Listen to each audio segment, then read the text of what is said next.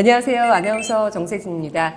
2013년 7월에 도입된 성년 후견 제도. 그래서 오늘은 후견인이 되고자 하는 분들을 위해서 후견인이 되기 전에 알아둬야 할 사항, 그리고 후견인이 된 후에 챙겨야 될 일들에 대해 서울가정법원 박원철 판사님과 함께 궁금증 풀어보도록 하겠습니다. 안녕하십니까? 안녕하십니까?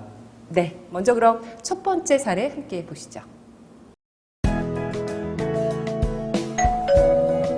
이경미 씨, 등기입니다.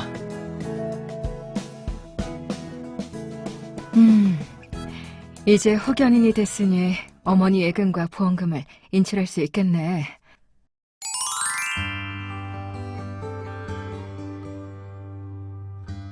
이번에 제가 김영순 씨 후견인으로 선임됐는데요.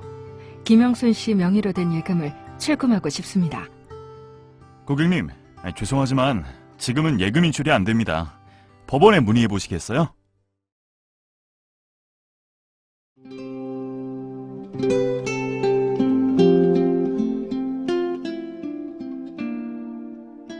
제가 은행에 가서 어머니 통장에서 돈을 찾으려고 하니까 안 된다고 하던데요.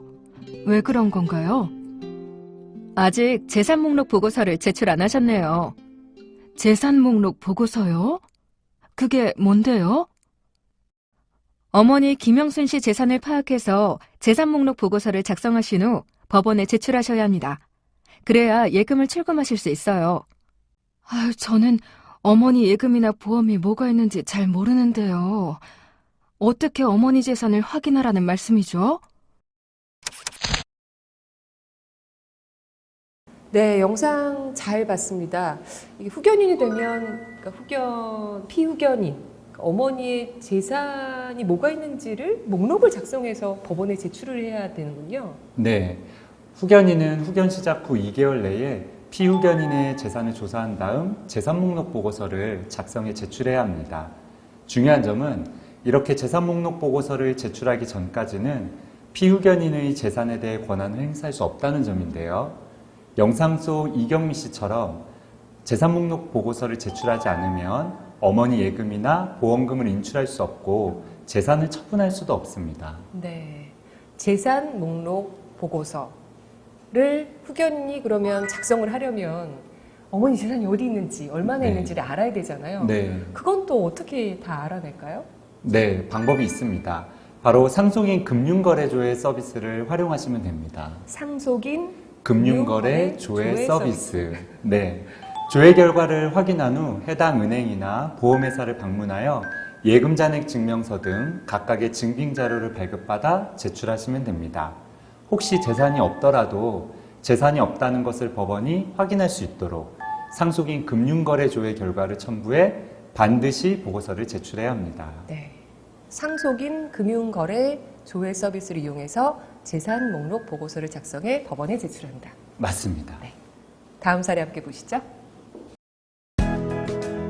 이경미 씨, 등기입니다.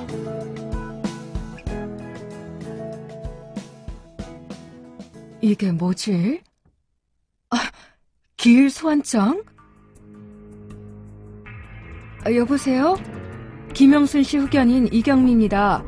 제가 방금 기일 소환장을 받았는데요. 이게 뭔가요? 후견인께서 후견 사무 보고서를 제출하지 않으셔서 이번에 경고 조치를 받으셨습니다. 2주 뒤 법원에 출석하셔야 합니다. 후견 사무 보고서요? 보고서를 꼭 제출해야 하나요? 네, 심판문에 매년 후견 사무 보고서를 제출하도록 되어 있습니다. 피후견인인 어머니 김영순 씨의 재산을 사용한 내역과 어머니의 신상 변화에 대해 후견 사무 보고서를 작성해서 제출하셔야 합니다. 아니, 병원비 말고는 특별히 쓴 것도 없고 어머니도 잘 모시고 있는데 그런 걸 꼭 작성해야 하나요? 그런 걸 쓸 시간도 없는데. 보고서 대신 지금 전화로 말씀드리면 안 될까요? 자, 영상을 보니까 후견인 이경미 씨 또 곤란한 상황을 겪게 되는데요. 후견 사무 보고서를 제출하지 않아서 소환장을 받았어요. 네. 일반인 입장에서 소환장이라는 건 굉장히 무서운 일이거든요. 법원에 소환이 된다. 이게 후견 사무 보고서라는 게 뭔지 좀 자세히 설명을 부탁드려요. 네, 후견 사무 보고서가 좀 생소하실 텐데요. 이 후견 사무 보고서는 후견인이 1년 동안 수행한 신상 보호와 재산 관리 상황에 대해 기재한 서류입니다. 자세히 좀 말씀을 드리면요. 우선 어머님이 어디에서 지내셨고 누구의 돌봄을 받았는지 신상 보호 상황에 대해 기재하시면 됩니다. 그 다음으로는 어머니를 돌보면서 발생한 병원비나 세금, 각종 비용 지출 내역 등 재산 관리 상황을 기재하고요. 그 다음에 각각의 증빙 자료를 첨부하여 이 보고서를 제출하시면 됩니다. 네. 법원은 이 보고서를 기초로 후견 활동을 감독하게 됩니다. 그러니까 이제 후견인 활동을 하면서 어머니를 어떻게 모시고 있는지 일기도 이렇게 좀 쓰시고 네. 어떻게 지출 병음이나 이런 것들을 어떻게 지출했는지 가계부도 좀 정리하시고 이렇게 매번 정리를 해서 보고서를 만들어 뒀다가 법원에 제출한다.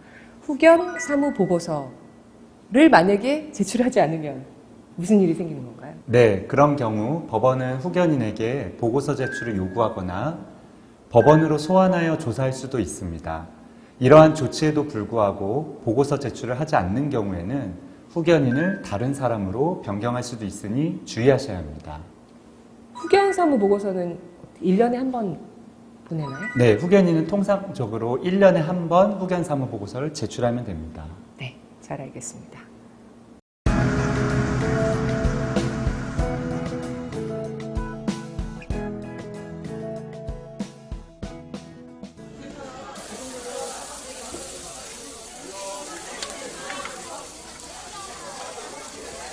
왜 그래?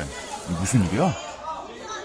아, 어머니 병원비랑 간병비를 낼 때가 됐는데 돈이 좀 모자랄 것 같아서 어떡하지? 에이, 뭘 고민하고 있어. 장모님 부동산 있잖아. 그거 팔아서 병원비 내면 되지. 그래도 괜찮을까? 당신이 후견인이잖아. 당신이 장모님 대신 부동산 팔아서 병원비로 사용하겠다는데 무슨 문제가 있겠어. 아, 그럼 그럴까? 네? 부동산을 팔 수 없다고요? 제가 김영순 씨 후견인인데 왜 안 되나요? 네? 법원 허가를 따로 받으라고요?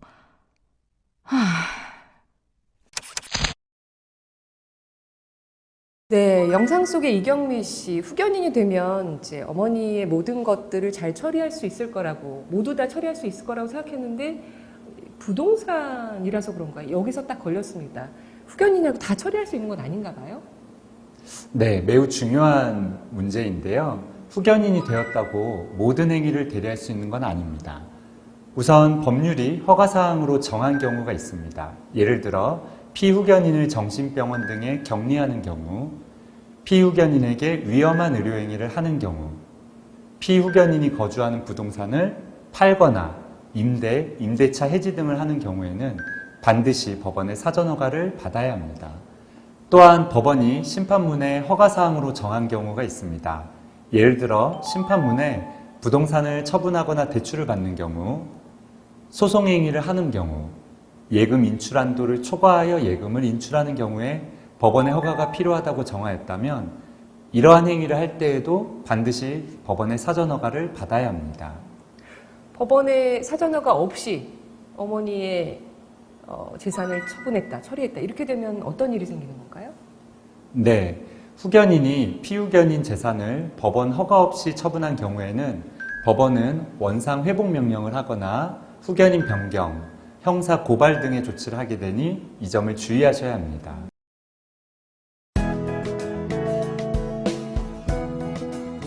자, 계약서는 다 됐고, 그럼 계약금 잔금 받을 계좌번호를 적어주세요.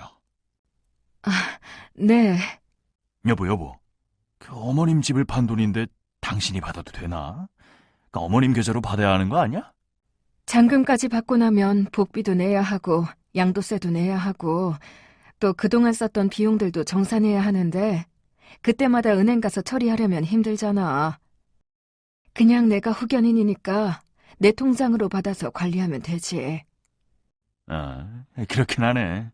그러려고 후견인이 된 거니까. 여기요. 제 계좌로 입금 받을게요. 네. 영상 속의 이경미 씨 말처럼 후견인 명의로 뭐 계좌를 만들어서 일처리를 하면 그 어머니의 뭐 병원비나 이런 것도 다 이 후견인 명의로 다 처리를 하고 후견인 입장에서는 굉장히 이게 필요한 일이고 또 굉장히 편리한 일인데 이렇게 하면 안 되는 건가 봐요? 네, 후견인께서는 그렇게 생각하실 수도 있는데요.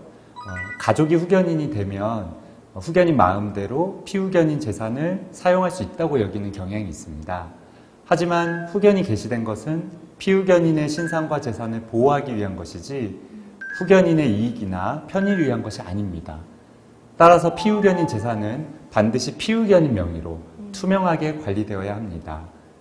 영상 속의 이경미 씨처럼 후견인 명의 계좌로 관리하는 경우에는 법원은 즉시 원상회복 명령을 하게 됩니다. 네. 그러면 후견인 입장에서 상당히 사실 불편한 일이긴 한데 어찌됐든 피후견인의 계좌 안에서 이 입출금이 이루어져야 된다. 이 점을 좀 명심을 하셔야 될 것 같고 그러면은 그 치료비 같은 거 돈 빼고 그럴 때는 어떻게 해야지 후견이 그나마 좀 편리할 수 있을까요? 네, 중요한 질문인데요. 그래서 피후견인 계좌와 연동된 체크카드를 발급받아 사용하시는 게 좋습니다. 그래야 피후견인 재산을 보다 투명하게 관리할 수 있고 나중에 지출을 증빙하기에도 쉽습니다.